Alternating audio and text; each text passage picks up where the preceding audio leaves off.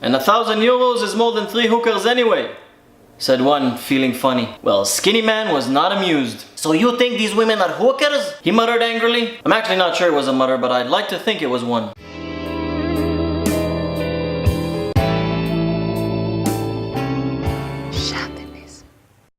Budapest, 2000 and something. It's not like anyone ever cares about the year a story is told. They're not fact-checking or looking for plot holes. Just get on with the fucking story. And so, getting on with the fucking story. 3 young lads, as they say in the kingdom, decide to celebrate the occasion of one of them getting married. It's definitely something to celebrate when you're young and mourn later on in life.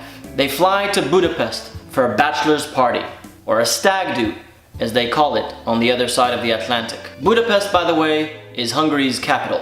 It is not to be mistaken with Bucharest, which is in Romania.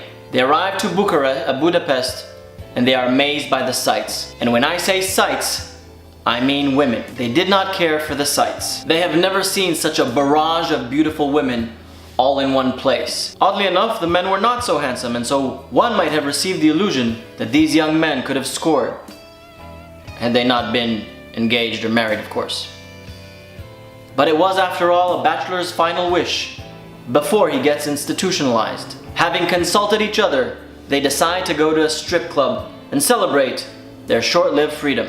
If they were not to score, they would at least enjoy one last fondle of foreign breasts. Of the many stripping sites that Budapest has to offer, they randomly chose one. It was nothing specific that drove them to the chosen one. They were just wandering around, being hesitant, as young lads often are, until they found themselves right outside that specific titty bar. All of a sudden, they found themselves inside the titty bar. Just as hesitant as they were on the outside, but maybe a little more determined hesitation. They paid the entrance fee, which were to include 1 lap dance and a drink. They were happy and they gave each other these cheeky looks. Looks guys give to each other when they're doing something naughty away from their significant other. As they walked in, they realized they were the only paying gentlemen in that gentleman's club. The whole population of that club consisted of 3 minimally dressed women, 1 tall skinny guy in a suit, and our 3 paying gentlemen. On cue from the skinny guy in a suit, our 3 ladies approached the 3 gentlemen. 2 minutes later, there was a wine bottle on the table.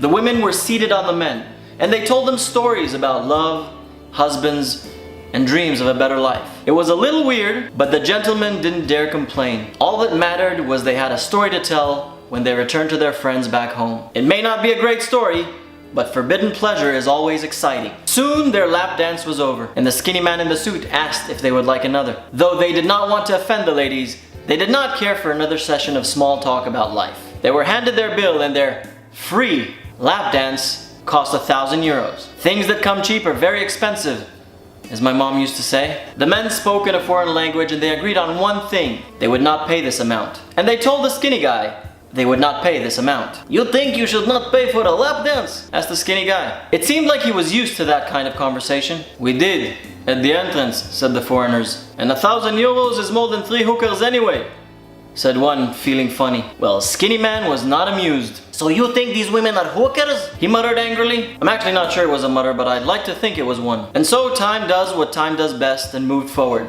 And our 3 gentlemen could still not get out of the club. Skinny guy goes and makes a call, and he comes back with news. 2 of them. I have good news and bad news, he says. Good news first. The guy that was gonna beat you up is late. That's not very good news, said the one. What's the bad news? When he comes, he's going to fuck you up really bad. True to his words, the guy that was gonna beat up our lads shows up. He is big. Built like a bouncer and Russian swearing, he makes a perfect Hardy to our Laurel. He breaks the wine bottle and curses in Russian. Ох, пиздец, пидорас, сука, блядь. But maybe not in that order. Intimidated, but calm, our boys talk about tactics in a foreign language. Maybe they should smile in spite, maybe they should negotiate. There were changes of tactics and plenty of negotiations between Laurel, Hardy, and our 3 unsung heroes. It ended with them paying a small portion of the bill and becoming free again to live their monogamous, boring lives. They made a unanimous decision not to tell anyone about that night in Budapest in the early 2000s. Despite the objection of one, but the motherfuckers betrayed me and told all our friends. So I get to make this video.